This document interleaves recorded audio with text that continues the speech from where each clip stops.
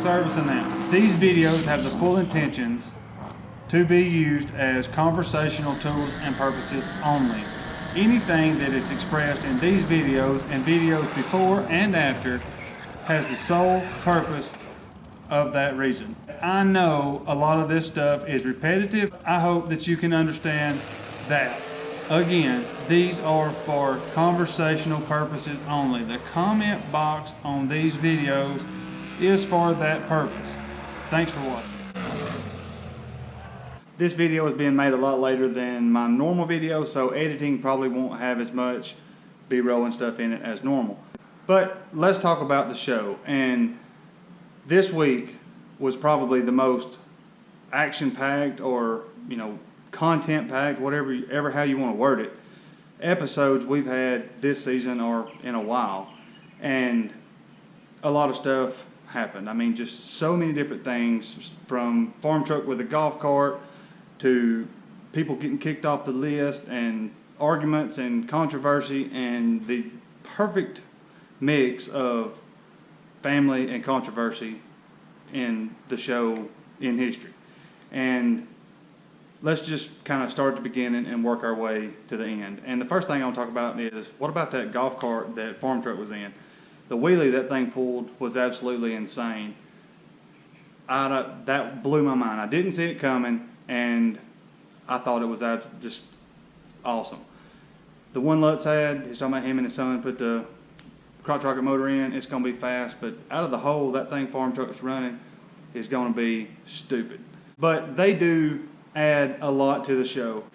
Something that just kind of I thought about is when Chief brought his car onto the scene, they selected Farmtruck to be the race master, and officially he never stepped down, but it's very obvious that Chief is. I do feel like Farmtruck, he does all the coin flips, and he does have some sort of say in it because he's there every night and they never race or don't race on camera. Up until this season, I do feel like he would have been a better race master than Chief, but Chief and the whole cast has turned their show back around, as I've stated many, many times, and it's working. Everything about the show is working right now, and I really don't think that they should mess with nothing.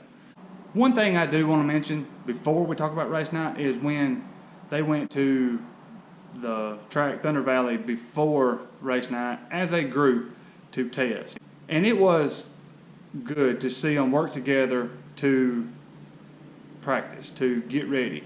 And they probably didn't work together as much as the show seemed, but they was all there working together, and that was better than what we've seen anything in the past.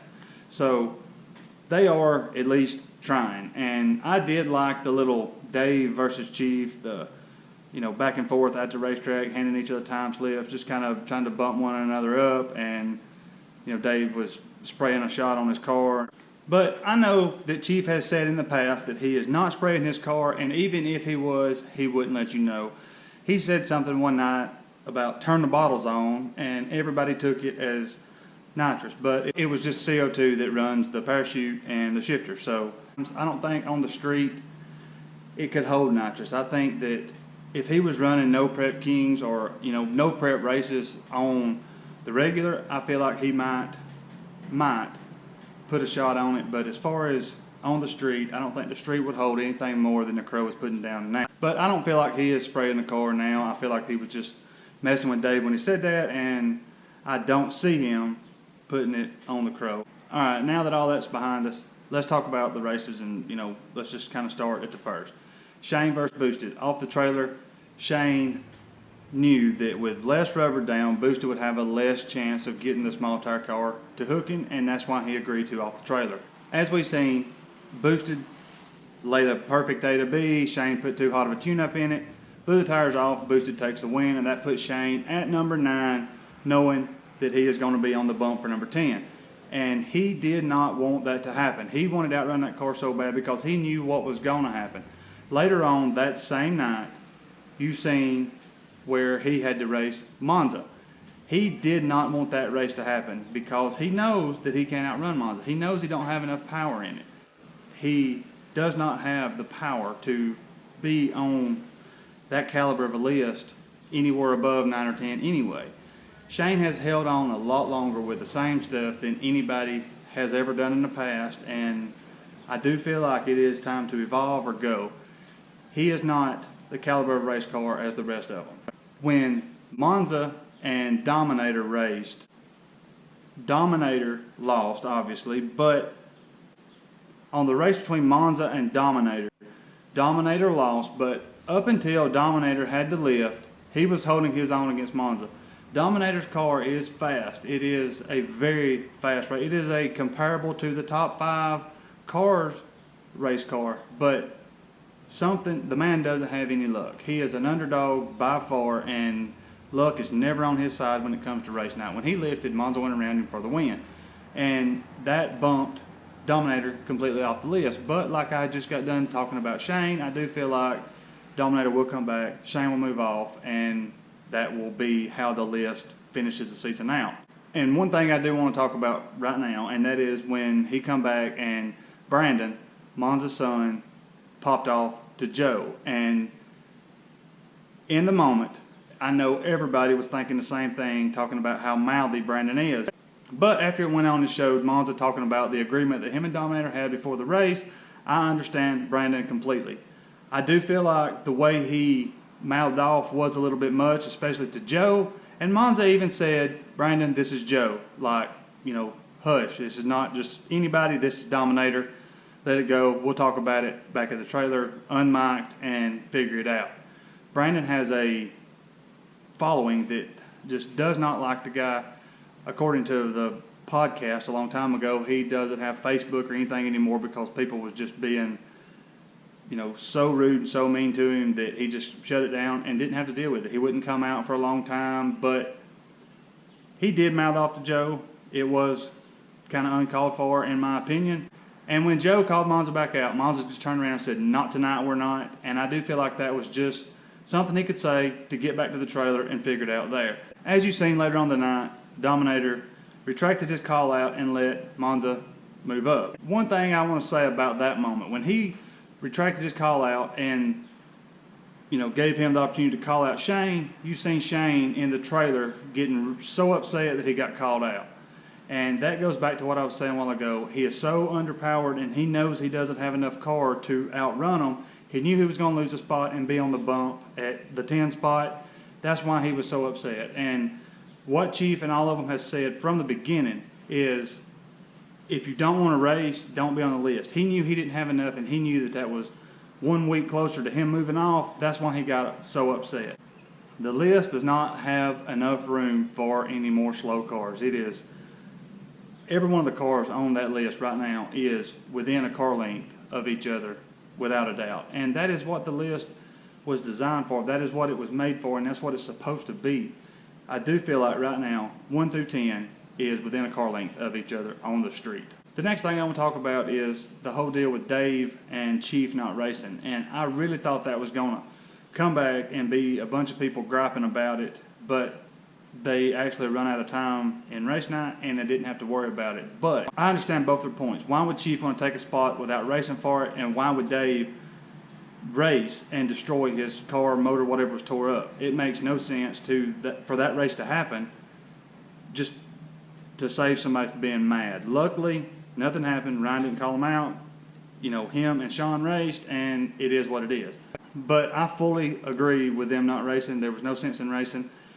They have both raced down and done whatever they can do to be 1 and 2. They have proved that they are where they should be. They have outrun Ryan numerous times, and it is as fair as it can be. Every time that the spot has not changed hands, they always race down before they raced up again, and that is what they are supposed to do, and there's no reason why anybody should have any reason to gripe about that at all. That is what they are supposed to be doing. The next race I'm going to talk about is Murder Nova versus Ryan, and his air shifter went out, so he was going to have to manually shift the car, and I really thought that he would say he didn't want to race. He would call it off or pull it back, fix it, whatever. He was already under him, so it's not like he would have had to forfeit the race. If he would have just backed out and went back up there to call him out again after he fixed it, nothing would have changed. So I feel like he done the right thing as far as racing him, and he did get outrun, and he did manually shift the car. And when he done his interview afterwards, that was the most respectable thing I've heard anybody say on that show as long as I can remember. He said, I did get outrun, and as much as I would like to blame it on me having to manually shift the car, I shifted it perfect, and I just flat got outrun. You can't ask a man to be more honest and do anything more than what he done. He told the truth, and that was all you can ask out of the man. That was perfect. He did not lie about it. He did not give a bunch of excuses. He told the truth. He went back, and he's working on his car, going to come back and try to do it again. That is 100% honesty, and I don't feel like anybody can ask anything more out of the man. The next race I want to talk about is probably the most heated race of the night, and that was between Lutz and Doc. And we'll come back to the burning down thing in a minute. Let's talk about the race. Lutz outrun him, but until Doc's shit exploded, he had that race won. He was out on Lutz a good bit, and his come apart. It was a huge nitrous-filled explosion out there, and Lutz drove around him for the win. And Doc's car is fast. Doc's car, he is trying to prove a point with nitrous, and he's doing a pretty good job at it. Being the only nitrous car left on the list, I feel like he is kind of demanding respect, and he should be getting it with him being able to stay in at least the top 5 with the only nitrous car left on the list. I know he's dropped down under number 5 now, but he has stayed right in the mid-range with the only nitrous car and getting it. I mean, he is progressing with the rest of them, and I don't feel like he's a number 1 car. I don't feel like he can race enough with it being nitrous to be a number 1 car, but it is respectable what he is doing with nitrous and staying with it. Now let's talk about him burning down Lutz, or them saying he was burning down Lutz. Christine come up to him and said something about it, and obviously there was already going to be words, because when they stopped you could hear people saying that there was going to be something said. And whether he did or he didn't, who knows. Me personally, I don't think Doc had in his head at all that he was going to burn down Lutz. That was nothing like what he was trying to do. I don't feel like Doc is that type of person at all. No matter what, people will say whatever in the moment and not think about it. But has Doc ever tried to burn anybody down or even take a spot without racing for it? I feel like what happened happened. I feel like, it just, time went by faster than what he thought or something. I don't feel like the man tried to burn anyone down. As far as the people on the list, I feel like Doc is racing and living for that list more than anyone else on the show, period. He is OG 405 through and through, and that list means more to him than it does anyone else on the show. Him being to be a street outlaw and, live that life means more, and I don't think he would do anything to jeopardize it, and it is what it is. I feel like it just happened. 5 seconds with all that going on, even as seasoned of a race, or as Doc he is, shit happens. It is what it is. I don't feel like he tried to burn him down, and I really feel like Lutz doesn't either after, the heat of the battle and the cameras wasn't on him. I don't feel like he did either. But that is about all that happened on this episode, and there's only a couple of episodes left, or a couple of more race nights left, and we're going to wait and see what happens. The only thing left I want to talk about is what happens next week, and it's talking about Chief upgrading his car, doing something big new, and also Dave going twin turbo. Now, we all knew that Dave went twin turbo, but I honestly thought that it would be after this season. I didn't think that we would see it on this season of Street Outlaws, but next week Dave will be out there twin turbo 481X, and let's see if he can hold on to that number 1 spot being twin turbo. Dave is one hell of a racer, seasoned, probably the best driver on the show, and I don't think he will have any problems at all. He has twin turboed before. He knows the car. I don't think there will be very much transition at all. I feel like all the transition will be at the track or practicing before race night, and we will see Dave performing at his best on race night. Now, whatever Chief is upgrading, I don't know, but we do see him lose control, and I'm going to say, in quotations, wreck the Crow. You see him roll through the intersection. You see him trying to stop. I do not feel like he actually wrecked the car, but he does lose control of the Crow next race night. And that is everything that Street Outlaws related. I got a baseball game to get to, so I'm going to end it right here. email address is on the screen. My P.O. box is also on the screen. I still have my giveaway going. It's not done yet. If you haven't entered, you still have time to enter it. By the time this video uploads, and if you want to send something out, it will still have time to be entered before I do my $50 giveaway. It's up to you. Thanks for watching. Godspeed. I will see you in the next video.